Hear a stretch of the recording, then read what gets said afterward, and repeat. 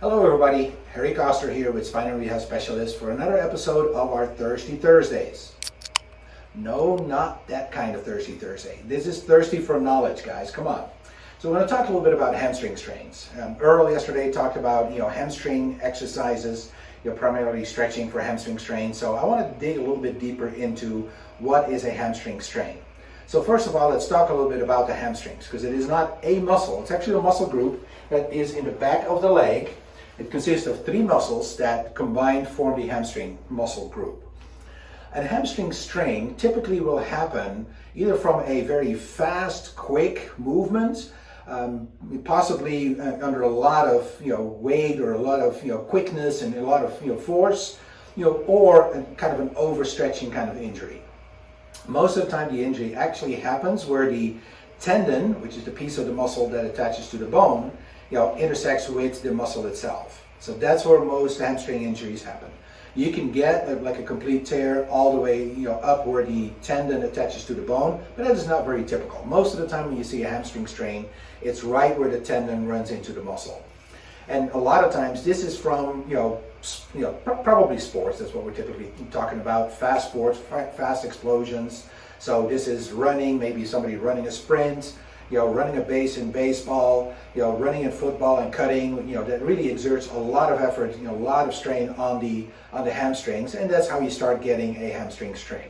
Now, a hamstring strain can just go from some overstretched fibers in the muscle and the tendon to maybe some small, tearing, in the tendon to a complete tear.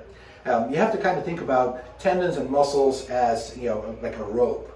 When you look at a rope from the distance, it's just one thing, right? When you get closer, you see all these little fibers running, and that's essentially how muscles and tendons work. So you can have just kind of overstretched because it's an elastic rope.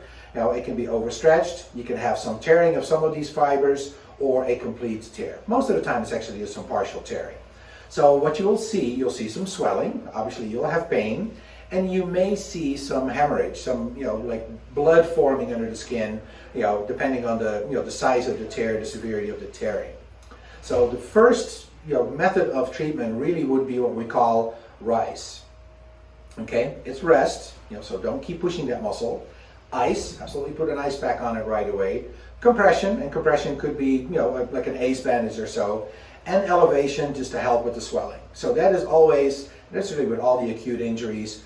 Typically the best method of treatment is RICE. So again, rest, ice, compression, and elevation. Once the pain and swelling and maybe the hematoma starts going away, you can start going into some of these exercises that Earl talked about. So you start off with some gentle stretching exercises.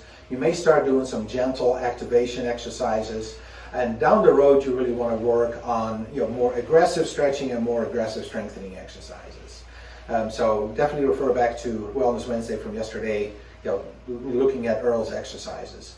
Down the road, how can you prevent this from reoccurring, or better yet, how can you prevent this from happening all to begin with, is really make sure your hamstrings are in tip-top shape. That means they need to have good flexibility and they need to have good strength.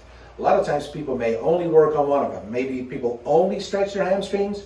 Great, but you need to make sure they're strong as well. Or people only work on strengthening in the gym and forget to stretch. So, if you want to have healthy hamstrings and avoid hamstring strains, make sure that you stretch and strengthen. So refer back to Wellness Wednesday, and if you have any other questions about hamstring strains, please give us a call.